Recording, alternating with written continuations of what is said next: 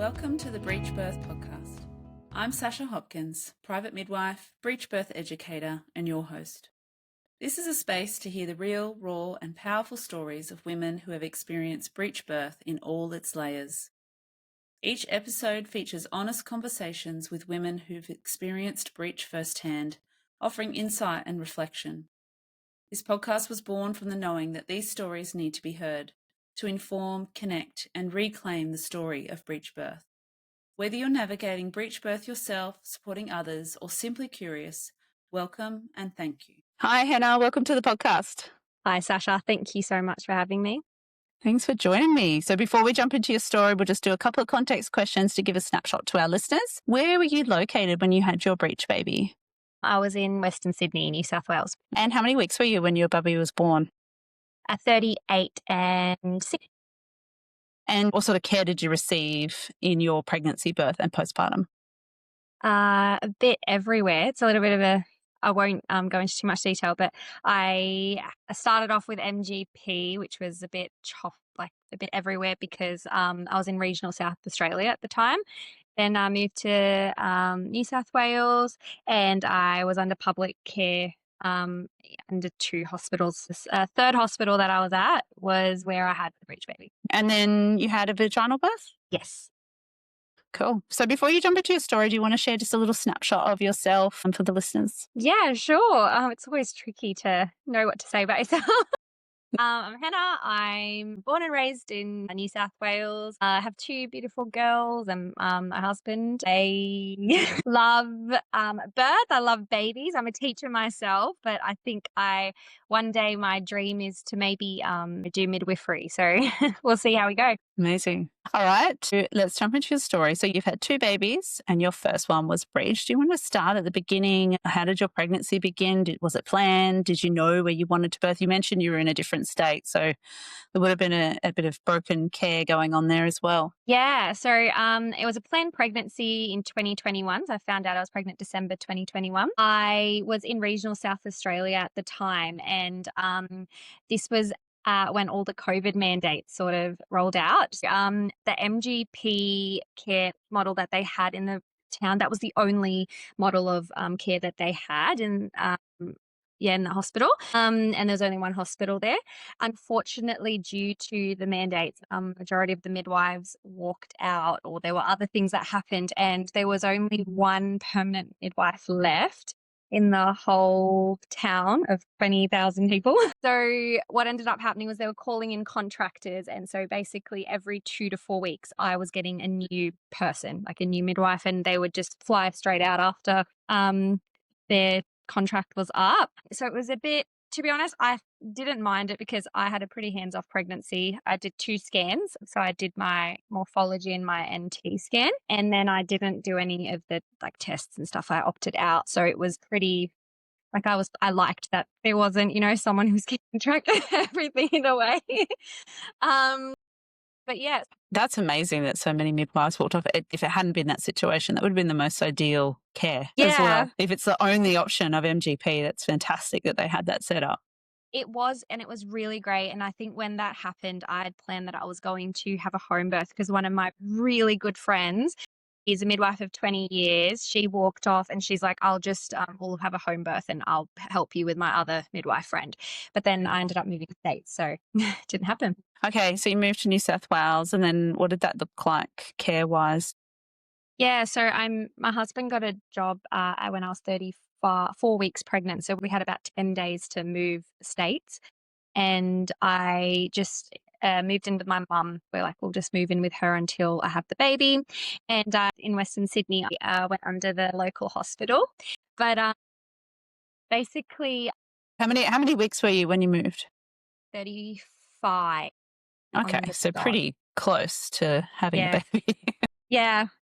And it was very tumultuous because I actually ended up getting mold poisoning. My husband and I had mold poisoning for months. We didn't know, so we were really unwell.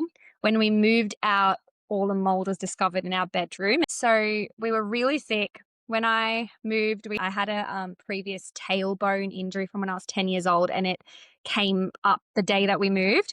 So basically my tailbone had moved to the right, and there was a sort of a lot of inflammation. And I've had 2 unmedicated births, and I think that's the worst pain I've ever been through in my life. That tailbone pain. It was debilitating. I couldn't move. That was just a bit everywhere. So when I first fell pregnant, I had this weird fear, and I'm a little bit of a believer that when you have certain fears and you don't work through them, sometimes you can not manifest, but I think things can sort of happen, like when you're scared of something. I don't know. That's just my personal belief. And I had this insane fear that my baby would be breech from the beginning. I don't know why, but it was just something. I actually do know why. So my cousin, 2 years before me, had a breech baby, vaginal breech birth in Melbourne. And she'd had such a crazy time that it sort of embedded that fear in me that I don't want to have a breech baby. So I sort of tried to do everything I could in my control, but I didn't have much knowledge back then apart from having a vaginal birth is possible, which I'm glad I knew. Otherwise I wouldn't have even thought of it when it came to the time. Every appointment nearly I went to, I would ask the midwife. And as I said, I had so many different ones to help me. And in the ultrasound, obviously the morphology, they don't really tell you the positioning because it's too early. But from day dot, I could feel kicks down below. I just never said anything. I just always thought, oh, this is so odd. I wonder why I'm feeling so much pain, I guess, because it would hurt me every time she kicked in my pelvic area. So I think I counted, there were about 6 different midwives of varying expertise who helped me, and they all would say, no, head down, head down. So when this tailbone thing happened, I booked in with my really good friend who's a women's health physio. She's incredible. She was helping me with my tailbone, and I just asked her, I said, look, I've got this niggling fear that my baby's breech. Everyone keeps reassuring me that she's not, but I've been feeling kicks from the beginning down below. Can you use your because they have the ultrasound machine just like for the pelvic floor stuff. I was like, can you just check for me? And she's like, let me palp you first. So she palped me. She's like, no, baby's definitely head down. And I said, that's what the OB said. That's what everyone's saying. Like, I don't know. So she put the ultrasound machine on, and I just remember her saying to me, Henna, Bub's breech. And I basically just broke down crying. It was really confronting to hear that at 35 plus weeks pregnant, that, oh gosh, it's towards the end. And I'd been doing hypnobirthing and everything to prepare myself. And it just was really not a nice thing to hear. So but luckily for her, she referred me to the Breech clinic, which there is one here. And so is that why you changed? Because you then went to that hospital that had the Breech clinic? Yeah, and the hospital, so hospital number 2, which was here, they were not very supportive of me having a vaginal breech birth. Yeah, like they really fear-mongered me, which if I hadn't had the resources and support that I had in my life, like my midwife friend, my physio, my cousin, I would have genuinely believed it was way too dangerous for my child and her future to have a breech baby, but I knew otherwise, thankfully. Okay, and so you're about 35 weeks. This all kind of happened around that same time frame of moving, and then she referred you. Could you self-refer then with the Breech clinic? No, so I had to go to hospital number 2 and get the obstetrician to actually refer me, and she was refusing to, basically. Like, she's like, no, you need to have an ECV. And so she offered me an ECV at 35 weeks. Which I found out later from the obstetrician at the Breech clinic that they're not even technically, please correct me if I'm wrong, allowed to do. So you're not meant to do them till you're 37 weeks or something? Some places do. It really varies in different areas. So hospital number 3, that may be their policy or guideline that they follow, and whereas the other one may have a different expectation. But it's generally not earlier than that, that's for sure. Yeah. They do tend to sort of do it around the 36-week mark. And so you had an ECV? So I actually ended up cancelling the one at 35 weeks because once I finally managed to get that referral out of her, I was 36 weeks when I went to the Breech clinic, and I basically pushed for an appointment because I had another weird fear that I'd have a baby too early and then I wouldn't know where to go. They got in there, and then the main obstetrician who runs the Breech clinic, he's not there anymore, but he was just an incredible obstetrician. Yeah, so he runs the Breech clinic, and he made me cancel my ECV. Then he said, I'll offer you one here at 37 weeks and I'll do it myself. So I said, okay. So we did the ECV. I was also doing other things alongside. My incredible physio friend referred me to a chiro who is also one of my friends now, and she needs like the Webster technique, and she'd done like spinning babies and everything. So she was helping me out. I was doing acupuncture. I was religiously doing spinning babies. There's like a 1 hour long exercise regime that I was doing. I did a lot of yoga, a lot of breathing, a lot of praying, a lot of walking. And I think I just sort of I think there was just a lot of anxiety that I was holding on to and a lot of tightness because of all the stress that just, Cara was like, you need to let go. The problem is that you're not letting go. So she never turned, as we know. Yeah. The ECV was very, very intense, I have to say. And after it obviously failed, so it was at 37 weeks and 3 days, I think I was. And the doctor, he tried twice, but her head was just very in a certain position that he was pushing on it. And it was just getting too dangerous. And he just said to me straight out, look, do you want to do a vaginal breech or do you want to do a C-section? This isn't working. You need to decide now. Luckily, my hypnobirthing instructor had told me, go in with that decision. Think that, okay, the ECV is a possibility, but what do you want to have? And I'm like, okay, I want to have a vaginal birth. She's like, then prepare for one. And so I made that decision before, and it was really emotional for me. I think I was just really, really scared, I'll be honest. But the doctor reassured me that the positioning in which my daughter was in, it was a complete breech. But he said that I was more likely to be able to have a successful vaginal breech birth than a successful ECV with that positioning. So that made me feel great. I felt very confident. And I knew that I was in the hands of like knowledgeable and safe providers. And I think, I know this is going a little bit off on tangent, but my biggest thing was the distrust of the medical system, which is what I was working through. Ironically, in the end, I had to completely trust them. And so it was it was a big learning experience for me. So my end goal was to start preparing for my vaginal breech birth. 38 weeks and 1 day I rolled around and I got insanely sick with the flu because it was like midwinter. Got so sick, and obviously that impedes on breathing exercises. So I was soaked in the sun. I was like, okay, I need to dose up on vitamins, and I just had this strong feeling that this week was my week. That was a Monday I got sick, and so my prediction was that I was going to give birth on the 25th because that's the day my husband and I first ever met, and I did give birth that day. So. Oh, wow. That's cool. You got some good intuition going on. Okay, clearly. Yeah, like a medium secretly. No, I'm joking. Yeah. I think it's funny.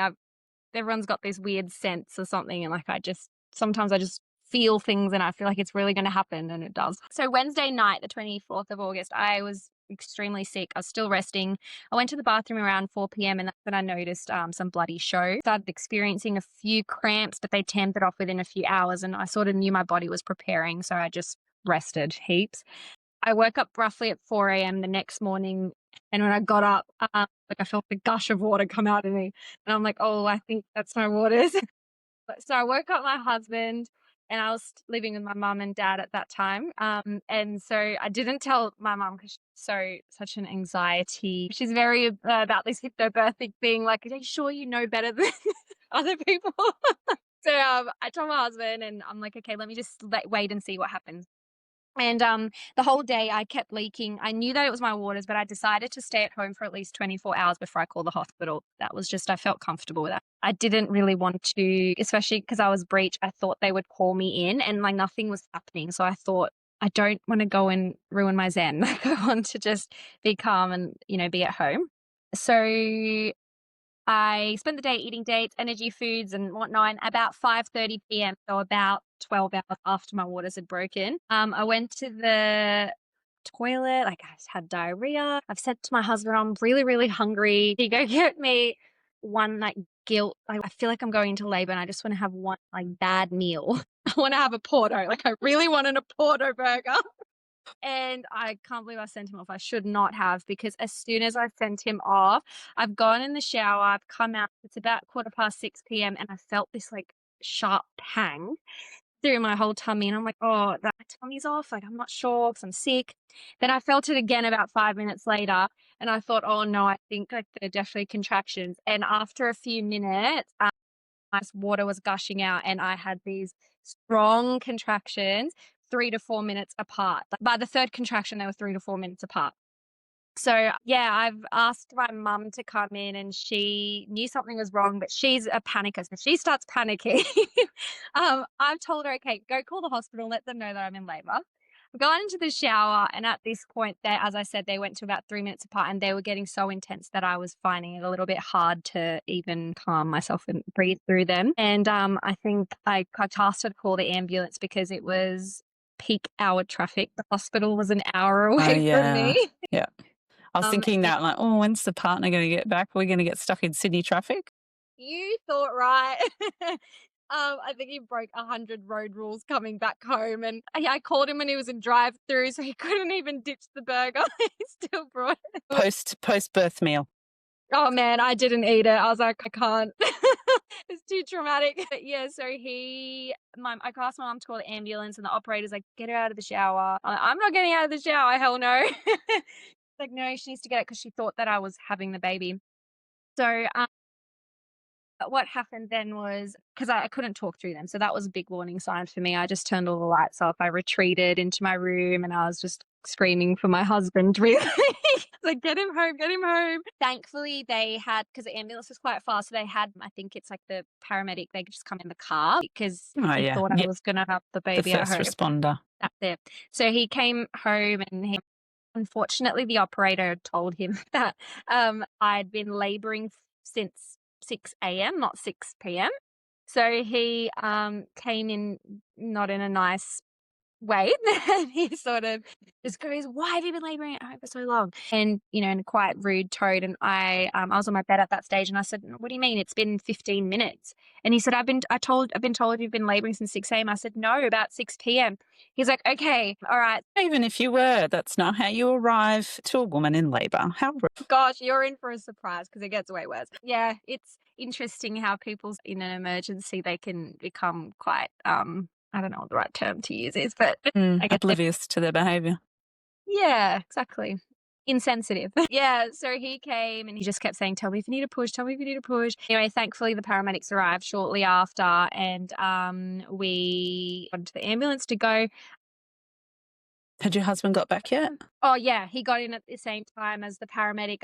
Thank goodness. But I was so in go mode because I'm a massive planner. It's really wrong of me, but I could not let go of my list, and of all things that I need to get, like, why I need my diffuser, I need my speaker, I need this, I need my suitcase, make sure you get this, and it was not relaxing at all. Yeah, so I got into the ambulance van, and unfortunately the paramedic who was driving, it was his first day on the job, and he didn't know the way to the hospital. Yeah, I've had one of those before. Shouting from the back, take the T-way because that's quicker. Just get me there. So I didn't want to have the baby. I thought I was going to have it in the ambulance, and he's assuring me that no, you have many, many more hours to go. Last we arrived to the hospital, I rushed up and I got in there, turned on my diffuser and my music, and they've asked to do a VE on me, which I was like, I'm really uncomfortable. I don't want to do it, but I think because of being breech and stuff, there's certain things that you sort of have to pre-agree on in the breech clinic that they want to do just because of the way, like, for instance, I needed to do the continuous monitoring. That was something I had to agree on. I also needed to agree on vaginal exams, but they were pretty good with other things. Like whatever else I didn't want, they were pretty receptive of. And so if you didn't, they would refuse access to the breech clinic? Is that the impression you got? Well, it was more, there were lots of conditions, I guess. You had to have a growth scan before you even came into the clinic. Like, they needed to know the rough size of the baby. So you have to agree on that. Otherwise, you won't be able to basically be a part of the breech clinic. Cool.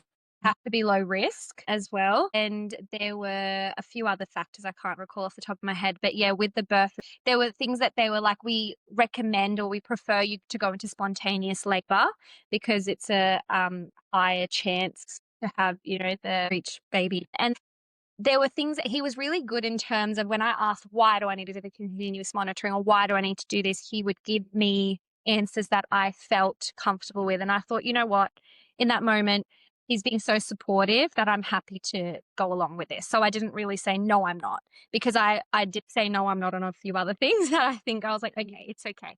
It's funny because first time round, you're like, oh, yeah. Second time round, I was like, I'm not listening to anyone. I'm doing things on my own terms. It's interesting how you just sort of change, but they did do a VE, but I said I don't want to know how far along I am. Little did I know I was 9 centimeters when I arrived. So Wow. that was within 45 minutes to an First hour. baby as well. That's amazing. My second one was really long. Sorry. Anyway, that's another story. What happened was then I started to experience coupling, which this is something that I learned, and I don't know if other women are aware of it, but when your baby's in a funky position, sometimes you get horrific contractions. The coupling, I had like 2-minute long contractions and they were like back to back. They would halt for a really short while and then start again. And so basically they were doing the VEs whilst I was having contractions, and I don't ever want to go through that again. Yeah. I'll just explain coupling a little bit more for anyone listening.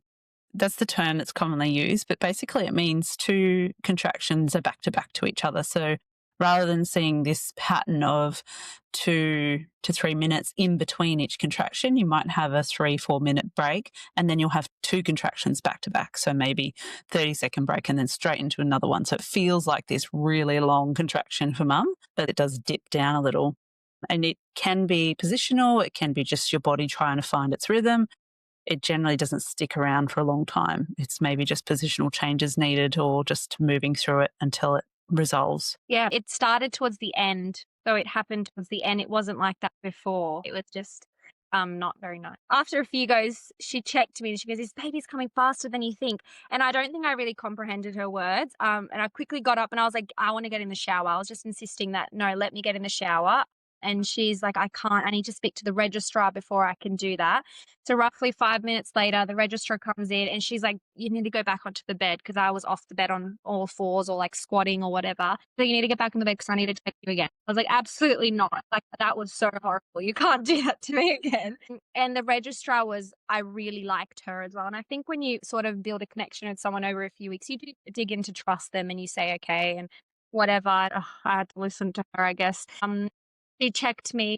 This was probably, as I said, 5 minutes later. Again, I didn't know at the time because I didn't want to know how far along I was, but I was already 10 centimeters when she checked. 5 minutes later, obstetrician was not there. So they were on call. The one that did the ECV. Yeah, he was not on call that night. So they had to call in a consultant.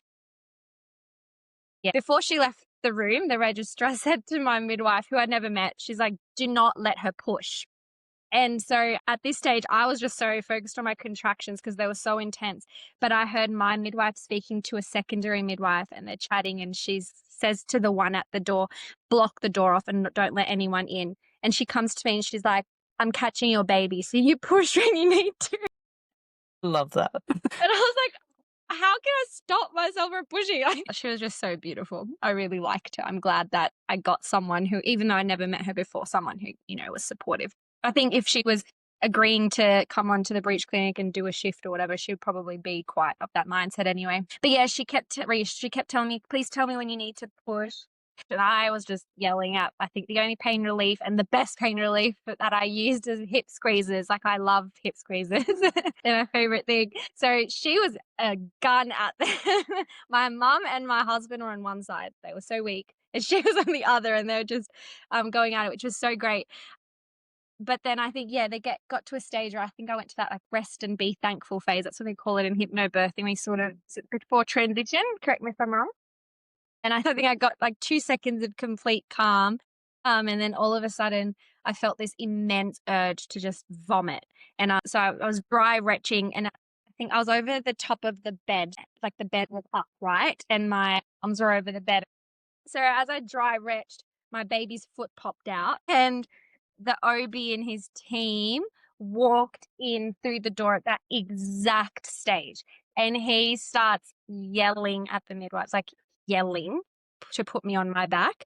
And I'm in this other world. Like, it's everything that's going on. You don't give a shit about. Sorry, excuse my French. So, he's yelling that get her on her back, get her on her back. And I didn't know at this point that the reason why he was yelling was that my daughter's cord had prolapsed at the same time as her foot popping out. I just had no idea. So when they're telling me to get on my back, I'm like, no, because I know that my tailbone's not going to open up. So I'm not doing that. That was just all that was going through my head. But they forced me to get on my back. They grabbed, like, they know, like, you need to go onto there now. So from this point onwards, most things are sort of not a blur, but the best way that I sort of describe it, and I didn't feel this the second time around, but because it was so quick and intense with this birth, I sort of felt like I lost control of my body. Like, I felt really out of this world. I felt really helpless. I just felt like I'd run out of energy, and like this intensity had just overcome me. And I know that I was just letting my body do it because it was just happening, but it was just really hard. And so I'm on my back and my legs are up and open, and the OB's standing like right at my vagina, basically. And he starts yelling at me that my baby's dying, and he's just yelling at me over and over again that your baby's dying. Do you know you need to push? Like, do you know that your baby's in danger? And then he didn't ask me, but he obviously, because to him it's an emergency, so he completed an episiotomy, which I don't even know when that happened. And he kept yelling that my baby's in danger and that I had to push, not breathe. So he's yelling at me to push, and then he's turning to the midwife saying, you need to tell her to push, tell her to stop breathing this baby out. I don't know what that means. I have no idea what that means. And I think it got to a point where it's taken me quite a few years to work through these emotions. So I'm okay now. But I think I'd just given up, and I said, okay, well, he's saying my baby's going to die. She's just going to die because I can't do anything else. I don't know what else to do. And one of the midwives, she like grabbed my hand and she said to me, darling, like, you need to push and hold your breath, pretend you're underwater. That's how I need you to push. And something just clicked in my head, and I was like, okay, I can do that. So like because if you do hypnobirthing, how they teach you and how you practice. So it was a bit tricky. Which, if you had remained upright, you probably would have done that. But because of the adrenaline that would have come into you with that urgency and the statement of your baby is going to die, fear would have taken over. And then being on your back, it's harder to breathe your baby out in that position because you haven't got gravity helping you anymore. Exactly. Yeah. So I pushed against my wishes. I felt her come out of my body, and he picks her up. He throws her onto my body. And then my midwife says to me, because she asked me when I came into the room too, she said, look, I know in your birth plan it says you want to have a physiological birth of your placenta. But if it comes to the stage where you're hemorrhaging or something, are you comfortable with me advising you, like letting you know and administering Syntocin? And I said to her, that's fine. So she did say to me, look, Henna, like, you're losing a lot of blood. Is it okay if I administer Syntocin? And I was just like, yeah, that's fine. You're probably bleeding from your episiotomy. Yeah. So they take my baby, and then. But before you jump into that, was your baby responding before they took baby? Yeah.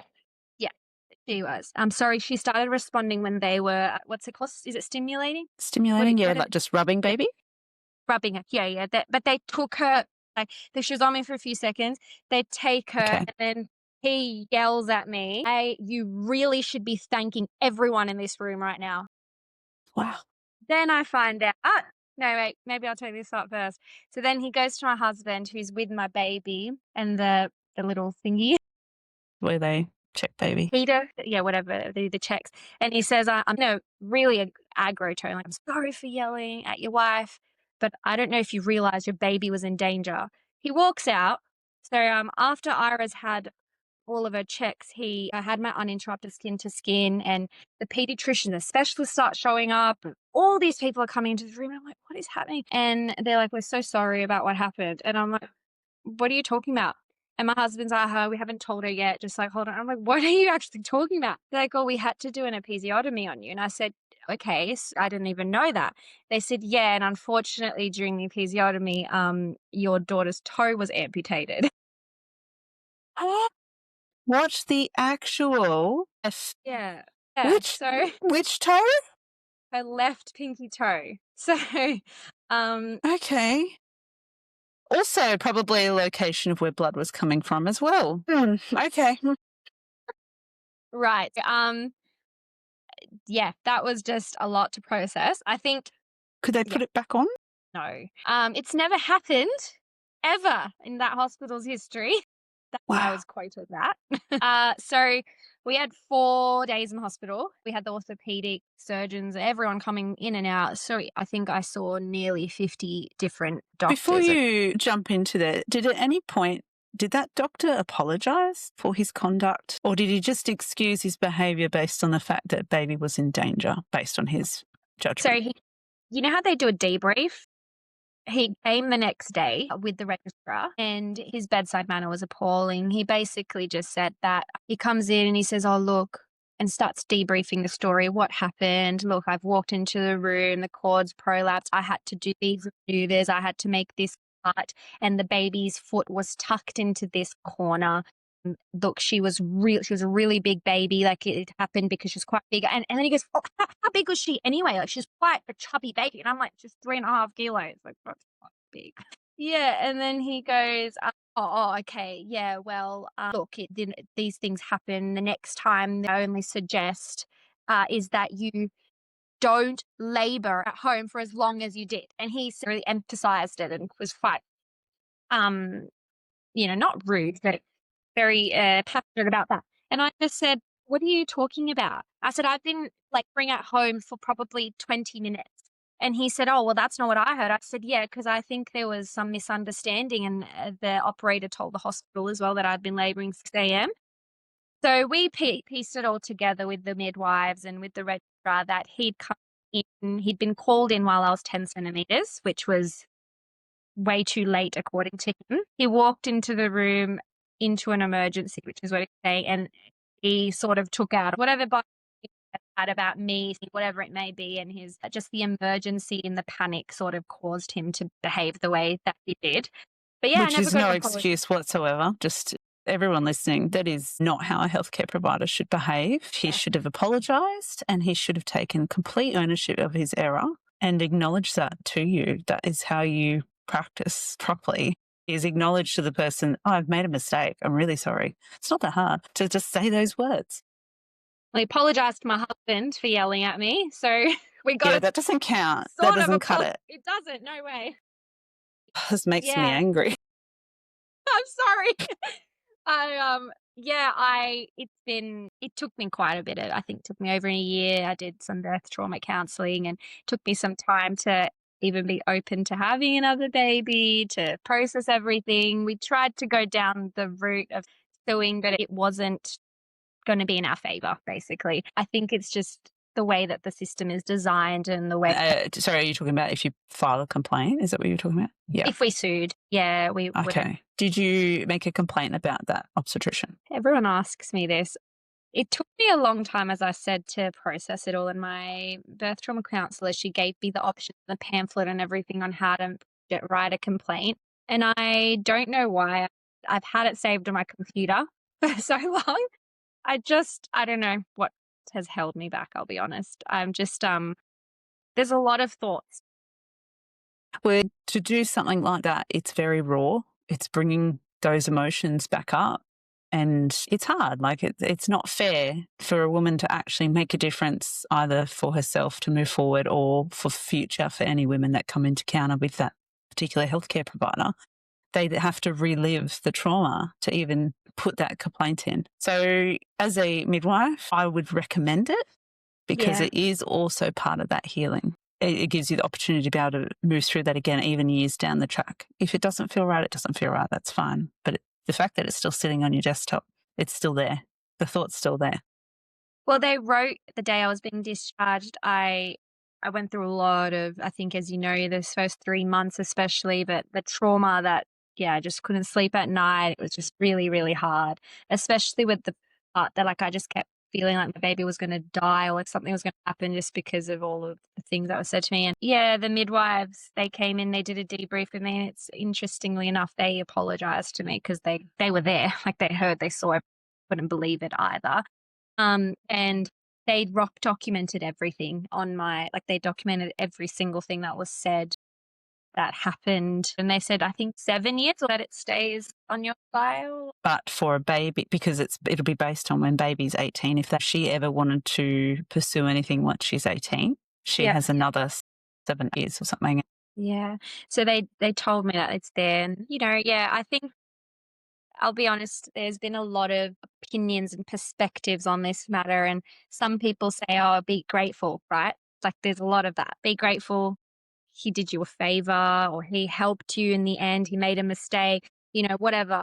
And a lot of people have that opinion. A majority of people are like, what? Why are you not suing? But I think there's a lot, as I said, to work through that. But I don't regret at all having a breech birth. Like I'm so grateful that I did it. I'm so grateful it was a 2.5-hour labor and birth. I'm glad that I put in the work and I had supportive people around me. I definitely did. I don't want to let him. I don't like saying that I had a negative birth experience because that's not true. I was able to have a breech vaginal birth. There were obviously negative aspects to it, but I've been able to learn from that. And my second birth, very, very different. Very different. I had 7 days open waters. Before you jump into that, you mentioned how people said that he made a mistake. There's a very big difference between someone who's made a mistake and takes ownership and apologizes versus someone who's made a mistake and doesn't acknowledge it. Very true.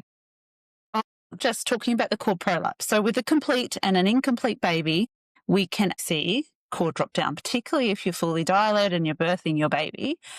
We're seeing in research and like birth video reviews, there seems to be a bit of protection of the cord in a complete because you've got the two legs basically creating a pocket for the cord to sit in. So it's not compressed. Whereas with a frank breech, you've got those straight legs up and that cord is compressed between the belly and the legs. So you're more likely to see it quite flat once those legs come out. Whereas a complete, there is somewhat protection. And given that you were feeling the urge to bear down, but then the whole energy changed and then you're on your back. And so we don't know how that would have played out if you're able to stay in that upright position. Well, it was 3 minutes, like from when the whole pushing stage, 3 minutes. Yeah. Yeah, it's just very quick. So anyway, it's just something for people listening, seeing a cord present with a complete breech. Yes, we want to birth quickly, but we don't necessarily need to put you on your back. We know if we keep you upright, we're more likely to have a successful vaginal birth because we keep the pelvis open. You're able to follow your instincts. I'll ask you a question if you don't mind. I feel it because I've just been told that cord prolapse was an emergency, and that there's a few minutes. Like I only had a few minutes. What's your opinion on it? I would still say it's emergency. Putting you on your back I'm used to seeing women in an upright position. So putting someone on their back, like it's like giving them an epidural, like you're flattening your tailbone, you're going against gravity. It kind of seems counterproductive. It doesn't make sense in my brain when I'm thinking about the physiology of birth, let alone breech birth, when we know upright is more successful. So if anything, if you want it to be quicker, wouldn't we keep you upright to help that be quicker? But when a cord, and sometimes even with a foot, it depends, that doctor might not be as comfortable in that setting, whereas the other doctor who you were hoping for probably walked in and gone, okay, we've got a call, we need to birth quickly. I'm sure it would have been a much calmer process, whereas you can hear just by what you've explained that doctor's walked in and fear has set in and that's taken over the whole room and it's changed how they've responded rather than taking a breath and thinking, okay, how do I need to best approach this situation? I totally agree. Like it wasn't, as I said, very poor bedside manner. Yes. Some people are great and some people are terrible. It should be a requirement as a healthcare provider that you have fantastic bedside manner. I agree. Totally agree. Okay, so we'll just jump back because you said baby was taken to the resuscitator, was stimulated. Did they have to give baby any breaths or anything? No, her APGAR score was 9. And I was told that her APGAR score would be very low. Like I was told that from the beginning when I enrolled in the breech clinic that please anticipate that breech babies have much lower APGAR scores. She was amazing. Yeah. And she recovered, her toe recovered in 4 weeks. We had to do dressings every 2-3 days. So now she's got a little nub, basically. Poor little darling. We always say she get a discount when she gets pedicures. It's older. Yeah. I think, looking at it sometimes brings back some not nice memories for me, but I think I'm trying to be very, very positive about it. I want to make it be like, you know what? It's happened and it's all right. Yeah. What a story she'll have to tell people. She'll have to make up some other ones so she can just choose what story she wants to tell for the day. And she could do, okay, which one's the true one? And they won't pick the true. I've never heard of that. So that's a new story for me, that's for sure.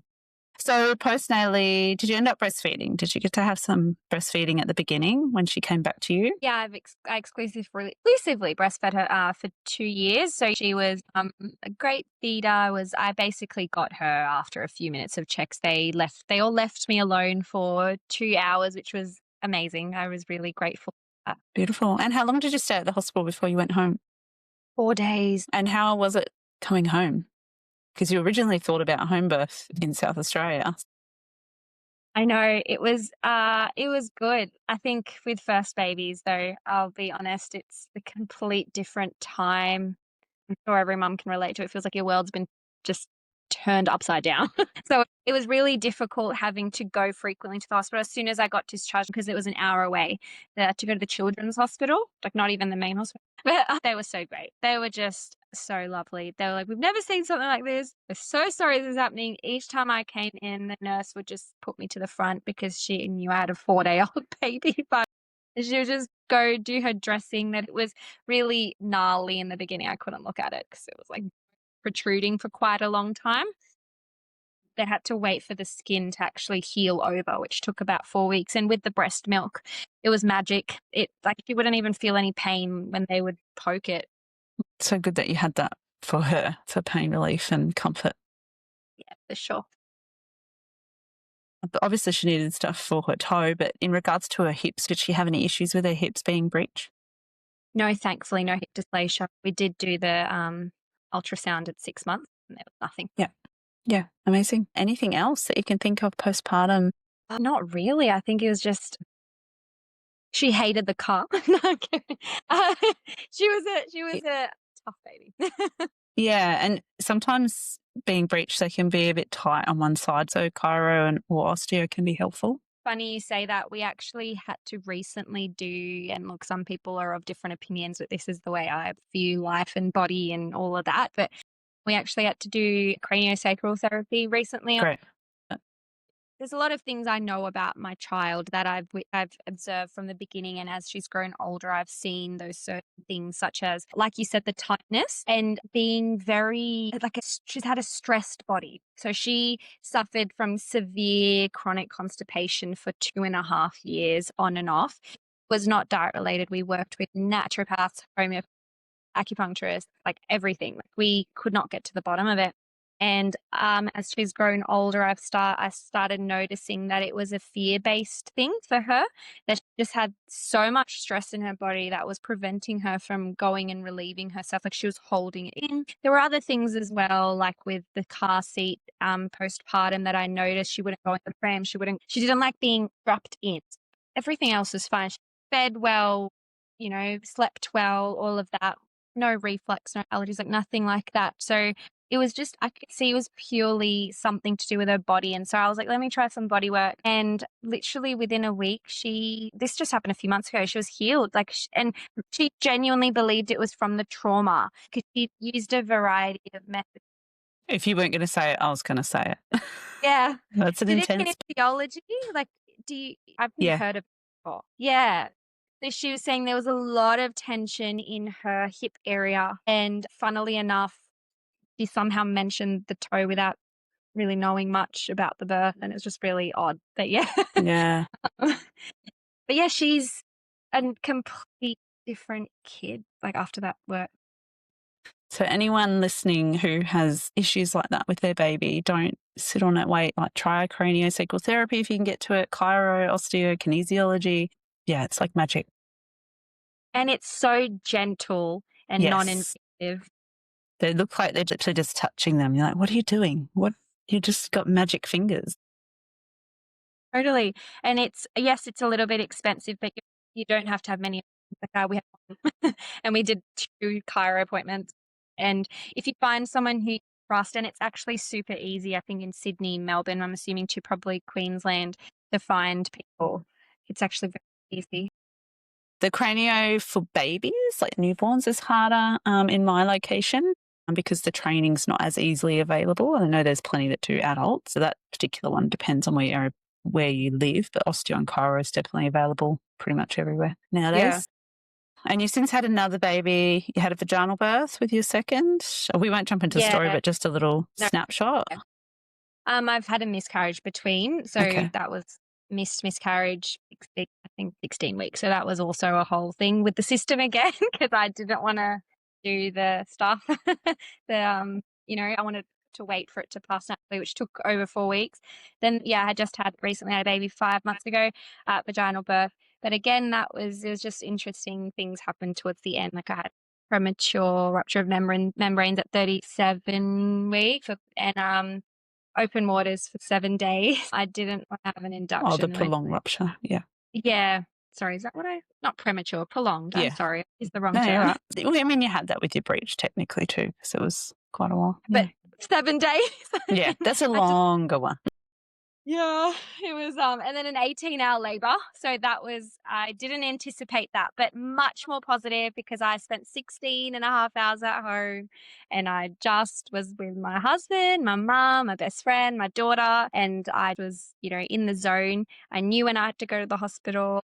They treated me pretty like in a nasty way again, sadly, because I went against like all of their advice, which they just don't like. It got a bit crazy towards the end. I think there's always stuff that happens, right, with heart rates and this and that. And unfortunately, I did have to, and it was have to, because they force you to birth on my back. So I am determined for my third one that's not happening. So we'll see how we go. I recommend a home birth. Yeah. I think so. Let's hope that we can make it happen. So you mentioned a lot of the resources, all the things that you used, like your spinning babies and acupuncture and all that sort of stuff. Did you look into Breech at all, look at research or like Breech Without Borders or anything while you're pregnant? Yeah, I did. I think there's the doctor that you mentioned. You're thinking of Birthing Instincts, Dr. Stuart Fishbein. He's in America. I read a lot of Breech, not a lot actually. I couldn't find many. I only found, I think, 2 Breech birth podcasts on the Australian Birth Stories, and I read a lot of articles. I think that was a down for me though, because my chiro I was so into it, like constantly 24/7 reading, researching. What do I do? That it was actually causing a large stress response on my body that I wasn't letting go.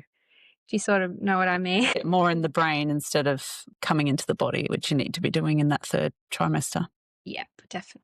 And so one more question, knowing what you know now and having the experience that you've had, would you do anything differently in the future if you had another breech baby? Definitely. I did do it with this pregnancy. I truly believe that breech for me happened because I was under a lot of stress. Like my pelvic floor was really tight. There were quite a few factors. That's just my belief, and the way I was sitting and all of those sorts of things. So I did a lot of body work this time round from the beginning, and I would do that again. Like I did physio and I did chiro from the beginning, and I did the spinning babies, like 15-minute, like daily yoga, the essentials every day. And I just was content with me. Like I just focused on myself and the baby. And I said to myself that, if it's going to happen again, it's going to happen again. And I'm going to prepare myself mentally for that. And we'll just, have another crack at it, I guess. Perfect. Amazing. Thank you so much for sharing. Thank you for having me. Thank you for listening to the Breech Birth podcast. These stories matter. They stretch what we think we know and bring voice to experiences that need to be heard. I'm so grateful to the women who have shared their experiences with us, raw, real, and full of wisdom. If this episode resonated with you, please follow, share, or leave a review. You can find us on Instagram, Facebook, and YouTube at Breech Birth Podcast. And if you have a breech story to share, I'd love to hear from you. Until next time, may we continue to reclaim the narrative, one story at a time.